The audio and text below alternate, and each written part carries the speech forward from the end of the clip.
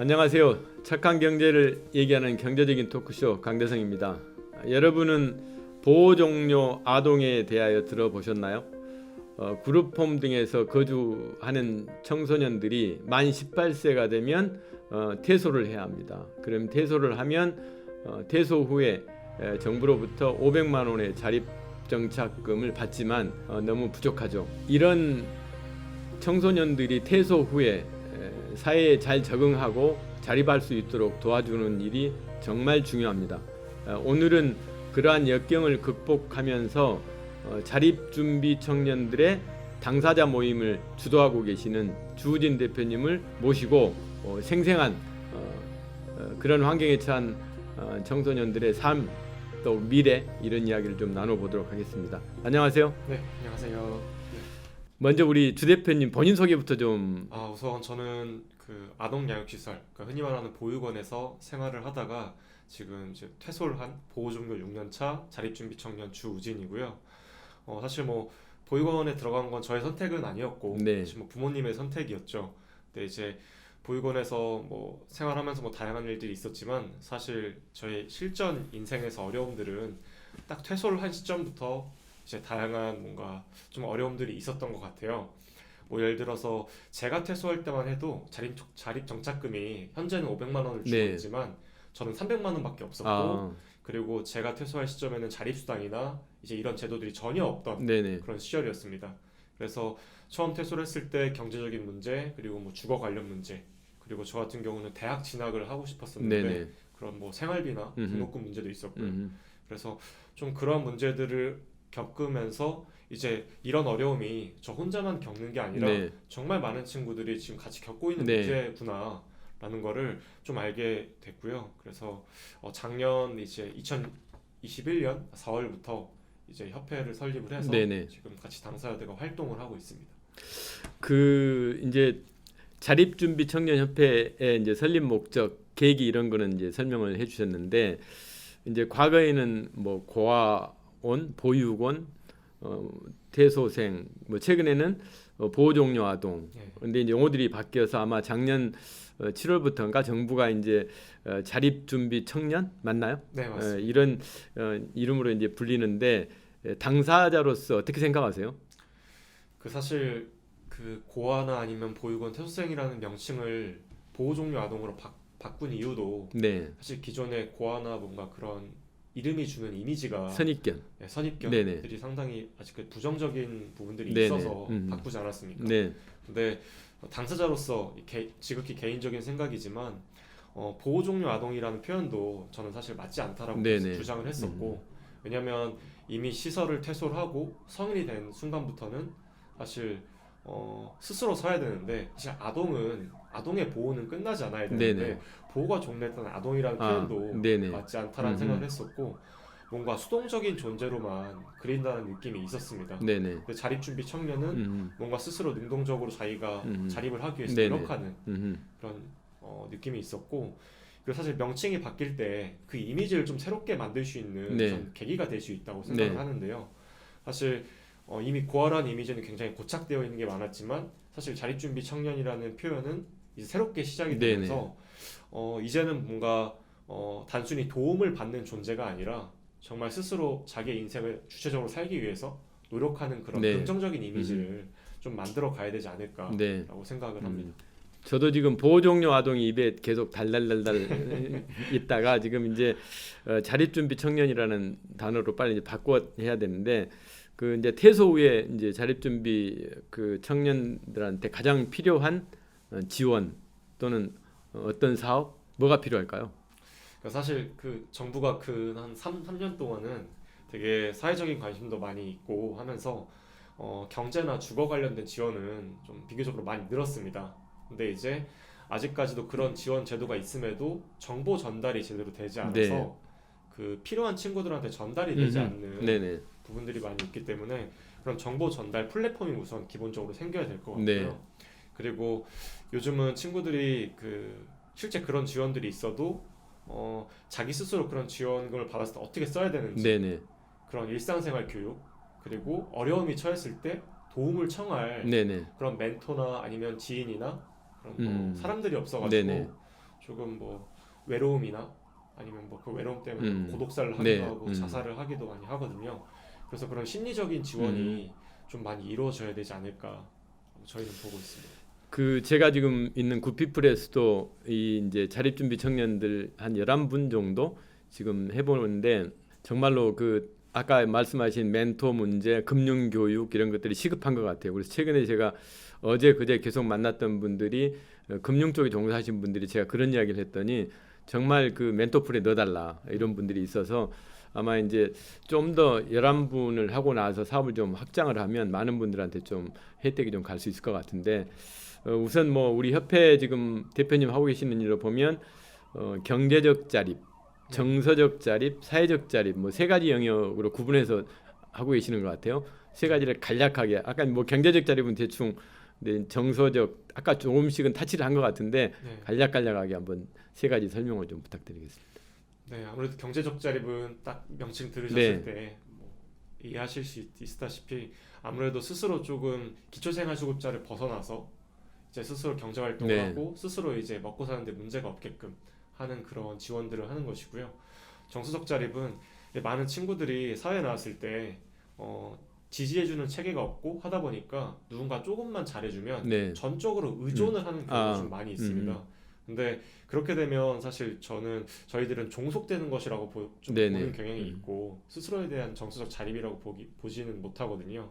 그래서 좀 스스로 설 수 있게 좀 자존감을 회복할 수 있는 네. 활동들이라거나 아니면 지지체가 되어주는 그런 또래 네트워크를 형성을 하고 있고요. 이제 마지막 사회적 자립은 사실 시설에 있던 친구들이 사회 나왔을 때 직장 생활할 때 인간관계를 맺는 부분 네. 혹은 뭔가 연애나 결혼 혹은 약간 진짜 온전한 사회 구성원으로 정착하기 위해서는 저희는 그런 것들이 굉장히 중요하다고 생각을 하는데 이제 시설에 있을 때는 상당히 좀 폐쇄적인 조직에서 같이 생활을 하다가 막상 혼자 딱 살아라라고 하면 그러한 부분에서 굉장히 어려움을 겪더라고요. 네네. 그래서 조금 저희는 그런 사회화가 좀 잘 될 수 있도록 자연스럽게 될 수 있도록 그런 다양한 활동들을 지금 지원하려고 준비하고 네. 있습니다. 그 자립준비 청년들이 자립을 시작할 때 마주하는 사회적 편견 어떤 어려움이 있죠? 제가 좀 겪었던 에피소드를 네네. 좀 말씀드리면 이해가 편하실 것 같은데 제 모습을 보시고 많은 분들이 보육원 출신 같이 안 보여요라는 말씀을 하세요. 다들 그렇게 생각할 것 같아요. 그러면 저는 이제 속으로 좀 생각을 했었거든요. 그럼 보육원 출신 같은 이미지는 뭐지? 예, 뭐 불쌍한 모습? 네네. 혹은 뭔가 학창 시절이면 무슨 문제아의 그런 이미지? 네. 이런 것들인가? 라는 생각을 했었고 저는 사실 아직까지도 지금은 그러니까 면전에서 보육원 출신이라고 뭐 이렇게 뭐 약간 선입견을 갖는 발언이나 이런 태도를 하시는 분들은 이제는 없지만 사실 평가라는 건 뒤에서 네. 이루어지는 건 네네. 아니겠습니까? 근데 그런 평가를 바꾸는 건 결과적으로 우리가 행동과 결과를 보여야 된다. 네. 단순히 말로만 하는 게 아니라 우리가 진짜 도움을 주시면 감사하게 받고 대신 정말 열심히 자립을 해서 결과로서 증명을 해야 네. 우리의 인식과 이미지를 바꿀 수가 있겠구나 하는 그러한 생각을 네, 하게 저는 됐고 뭐 아직은 조금 저는 대표님 표정을 너무 밝아서 저는 표정이 너무 밝아서 좋아요 정말. 제가 이제 오늘 지금 두 번째 뵙는 거잖아요. 그 이제 사회에서 지금 바라보는 어떤 인식 이런 거에 대한 이야기 잠깐 하셨는데 그러니까 우리 자립준비 청년들을 바라보는 일반인들에게 드리고 싶은 말씀이 있을 것 같아요.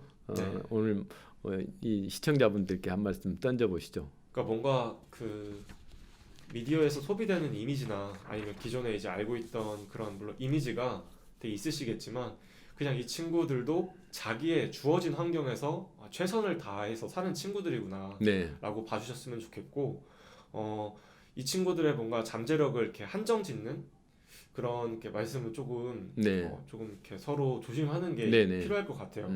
그러니까 예를 들어서 너는 현실적으로 지금 돈을 벌어야 되니까 아니면 보육원에서 그 정도만 해도 잘한 거야 라는 말들이 물론 응원이 될 수도 있겠지만 네네. 저는 이 친구들은 더 잘할 수 있는 친구들이라 생각을 하고 정말 어려운 환경에서도 포기하지 않고 이겨내온 네. 친구들이거든요. 그래서 이 청년들이 그냥 묵묵히 잘할 수 있도록 옆에서 그냥 응원만 해주셔도 저는 충분히 좋지 않을까. 그리고 당사자들한테 충분히 도움이 네네. 되니까요. 좀 많은 응원 부탁드리겠습니다. 네. 요새 기업들이 블라인드 테스트 하잖아요. 채용할 때 예. 그거 대단히 괜찮은 것 같아요. 저는. 네, 맞습니다. 뭐 가족 사안이라든지. 네, 그런 거 없잖아요. 네, 전혀 네. 쓰지도 않고 예. 가족 관계 쓰지도 않고 학교도 쓰지도 않고 그냥 이제 블라인드 채용 면접 저희도 좀 하고 있거든요. 근데 아. 상당히 의미가 있는 것 같아요. 그 원래 학력이나 뭐 부모 이런 고향 다 써놓으면 선입견들이 이제 잡히잖아요. 그런 것들이 없이 그냥 사람을 이렇게 면접하고 해서 이렇게 채용할 수 있는 시스템이 괜찮은 것 같아요. 저도 너무 좋은 것 같고 네, 앞으로 좀 그런 방향으로 가야 되지 않을까. 요즘 주 대표님 공부하고 계시죠? 석사 지금 준비 중이신가요? 네, 지금 고려대학교 대학원에서 네. 석사과정 공부하고 있습니다. 전공은 뭐 하셨어요? 저는 이제 국문학 중에서 국문학. 이제 교육학 아, 공부하고 교육가. 있는데, 우리 주 대표님 꿈은 뭐세요? 우선은 이제 이런 뭐 자립 교육을 통해서 당사자들의 자립을 지원하는 일을 네. 좀 더 전문적으로 하고 싶고, 그리고 이제 뭐 조금 먼 얘기지만 좀 당사자들의 조금 권익을 대변할 수 있게 네.